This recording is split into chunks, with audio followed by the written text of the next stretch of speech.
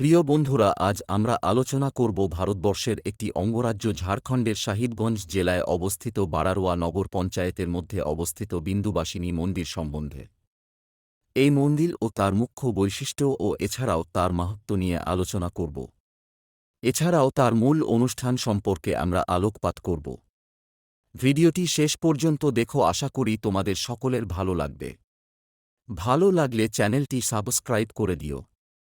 পাশে থাকা বেল বাটনটি ক্লিক করে অল সিলেক্ট করো যাতে পরবর্তী ভিডিওর নোটিফিকেশন তোমরা দ্রুত পেয়ে যাও। বিন্দুধাম, বিন্দুবাসিনী মন্দির নামেও পরিচিত একটি হিন্দু মন্দির যা ভারতীয় রাজ্য ঝাড়খণ্ডের সাহেবগঞ্জ জেলার বারহারোয়াতে অবস্থিত এবং শক্তিপীঠের আকারে মহাদুর্গা, কালী, মহালক্ষ্মী এবং মহাসরস্বতী ত্রিদেবীকে উৎসর্গ করা হয়েছে। বিন্দুবাসনী মন্দির বিন্দুবাসনী পাহাড়ের শীর্ষে অবস্থিত।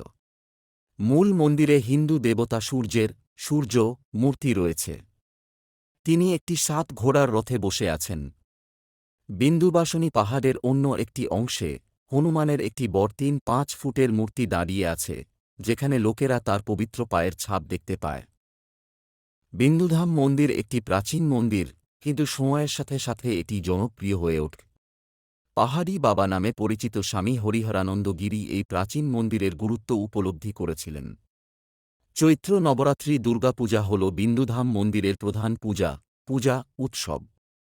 চৈত্র নবরাত্র উৎসব শুক্লপক্ষে পড়ে। হিন্দু ক্যালেন্ডারে চৈত্র মাসের প্রথম 9 দিন এই উৎসব হয়। চৈত্র নবরাত্রের এই উপলক্ষে 9 দিনের মহাযজ্ঞের আয়োজন করা হয়।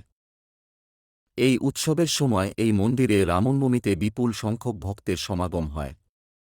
চৈত্র পূজার পাশাপাশি বিন্দুধাম মন্দির আঞ্চলিক সাংস্কৃতিক কর্মকাণ্ডের সাথে গোবর্ধন পূজা, রানী সতী পূজা, গুরু পূর্ণিমা, খাটু শ্যাম পূজা ইত্যাদির মতো প্রায় সমস্ত হিন্দু পূজা অনুষ্ঠানের আয়োজন করে।